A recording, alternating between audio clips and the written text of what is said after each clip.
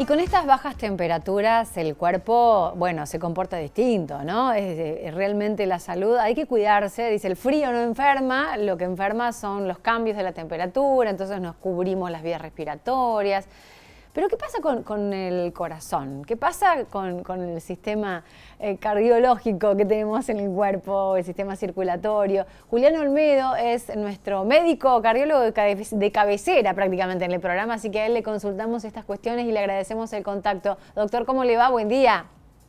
Hola Pauli, buen día, ¿qué tal? ¿Cómo va? Muy bien, sufriendo el frío, como la mayoría de las personas, pero ¿qué incidencia tiene y cuáles son los riesgos en la salud con estas bajas temperaturas tan extremas que estamos teniendo? Recordemos el alerta roja por las temperaturas catalogadas como peligrosas por el propio Servicio Meteorológico Nacional. ¿Qué hay de peligroso en estas temperaturas? Sí, la verdad que las temperaturas bajas pueden tener un efecto cardiovascular, vamos a hablar de nuestro tema, de Sí. nuestro enfoque. Fundamentalmente son, el frío genera una vasoconstricción, que es el achicamiento de las arterias. Y eso lo que podría generar es se llama vasoespasmo, podría generar en personas sanas incluso dolor de pecho, ¿sí? Mm. De todos modos, eso no es un gran problema que un vasoespasmo ocurra por el frío extremo, pero sí en pacientes que tienen enfermedad cardíaca con una predisposición, por ejemplo, enfermedad coronaria, y ese vasoespasmo, ese achicamiento de las arterias coronarias, pueden desencadenar un infarto, ¿sí? Por ejemplo. La incidencia en meses fríos aumenta hasta un 20% la posibilidad de eventos cardiovasculares, ¿sí? Mm. Fundamentalmente enfermedad coronaria, dolor de pecho, infarto, que llamamos cardiopatía isquémica. De todos modos, hay forma de evitarlo, que es obviamente cuidarse con el frío y obviamente tratar todos los factores predisponentes, ¿no? Que en pacientes con enfermedad coronaria por hipertensión, diabetes, colesterol, dejar de fumar. Pero bueno, hablando puramente del frío, bueno, hay forma de evitar también estos vasoespasmos cuidándose del frío, ¿sí? Bueno, y entonces hay una recomendación que hacen a nivel nacional para tener en cuenta, sobre todo para los pacientes coronarios, pero en general también, ¿no? Porque aunque no sea paciente coronario, la gente tiende a sufrir mucho más el frío. Pero y después por el tema de la vacunación, por ejemplo, vacunarse, no vacunarse, no hace frío, pero entonces no quiero tener los efectos de la vacuna, por las dudas me sienta mal. ¿Qué es lo que se recomienda? No, la vacunación, si me preguntás, obviamente tiene una protección completa. Entonces, no salir a vacunarse porque hace frío y espero que llegue el calor, llegamos tarde porque las cuestiones virales o vacuna contra el neumococo, contra la neumonía, se hacen entre marzo en adelante y justamente antes que llegue el frío, con lo cual la vacuna y la protección general se hace siempre antes, obviamente. Otro dato que no comenté que quiero agregar es que el frío también aumenta la presión arterial por el Eso. mismo mecanismo. Se Mm. achican las cañerías por el vasoespasmo y eso hace aumentar la presión arterial. Y el aumento de la presión arterial aumenta el consumo, ¿no?, de oxígeno. Y eso también predispone en pacientes que tienen cardiopatías subyacentes a generar eventos cardiovasculares. Generalmente todos los cardiólogos, muchos cardiólogos, ¿qué hacemos? En el verano bajamos la dosis de los antihipertensivos o controlamos porque baja la presión arterial, pero la normalidad es en los meses de frío, ¿sí? Aumenta la presión arterial. Puede ocurrir que, yo no voy al cardiólogo, lo vi en febrero hace poco y llegó, qué sé yo, junio y la presión silente, asintomática, subió la presión arterial por el frío y eso también es un gatillo para eventos cardiológicos. ¿Y esto tiene que ver con la situación congénita de cada una de las personas o es que, por ejemplo, a medida que más se avanza en edad, uno puede ir teniendo menos tolerancia con el frío, determinada relación que se va pronunciando con el frío? Esto de tener siempre las manos frías o siempre los pies fríos o siempre la punta de la nariz fría. No, eso es un mecanismo de protección del cuerpo, de cada cuerpo.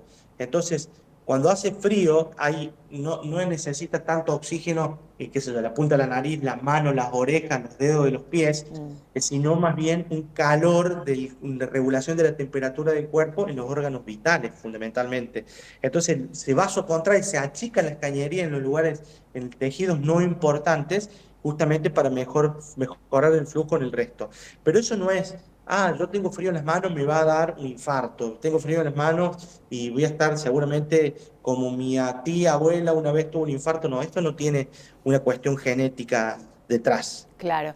¿Y cómo por ejemplo, se identifica la hipotermia? Hablando, ¿no? De cuestiones ahí. ¿Estás atravesando una situación de frío temporal o estás atravesando una hipotermia? Porque estás hace mucho tiempo al aire libre y no te das cuenta que en realidad estás con hipotermia. ¿Cómo se identifica? ¿Cuál es la sintomatología? No, los síntomas de hipotermia fundamentalmente es controlarse la temperatura, pero bueno, no vamos a andar con un termómetro debajo No. de la campera para ver si tengo hipotermia, pero generalmente podrían ser estados de cansancio, es un terreno no que manejo mucho, Ujú. pero bueno, pueden ser cefaleas, estado de cansancio extremo, temblor y a pesar de abrigarte y ponerte al lado del calefactor, bueno, estado de inconsciencia en los casos extremos, ¿no? Pero la verdad que no se hace tanto frío como para que uno sufra de hipotermia o un riesgo de morirse. Obviamente, si estamos en un lugar de nieve y tuviste todo el día y estás mojado, y bueno, está más riesgo de una hipotermia al final del día si no volviste a casa.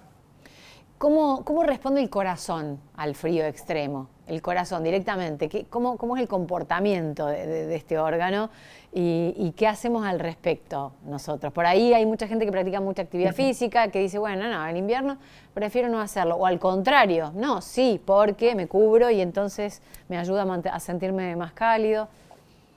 No hay excusa, indudablemente la actividad física todo el año es clave, incluso en verano, en invierno. Y en invierno, te digo, como deportista a veces digo, uy, está muy frío, -1 grado, yo entreno a la mañana, a la madrugada, y bueno, no voy, porque, bueno, no, hay que hacer el esfuerzo e ir a entrenar.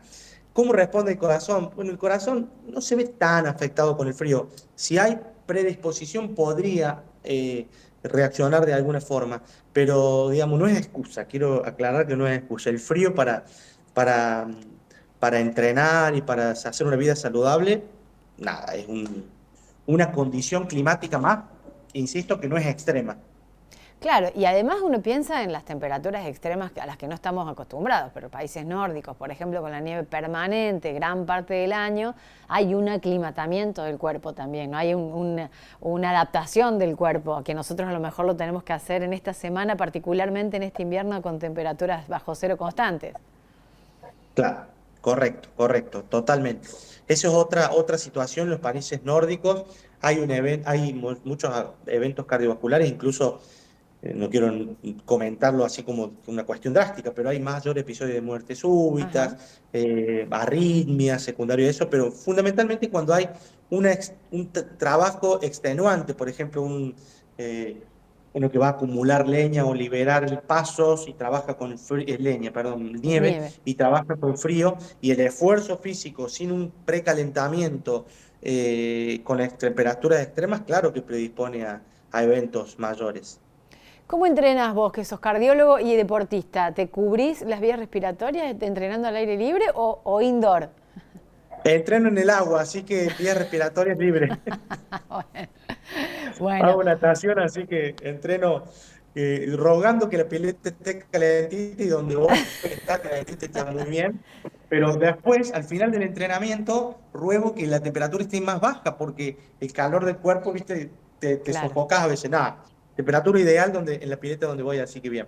¿Y cuánto tiempo te dura ese calor que genera el organismo cuando hace actividad física? Que muchos dicen, bueno, si yo hago actividad física, el resto de la jornada no siento más frío. Es porque el sistema Bueno, circulatorio...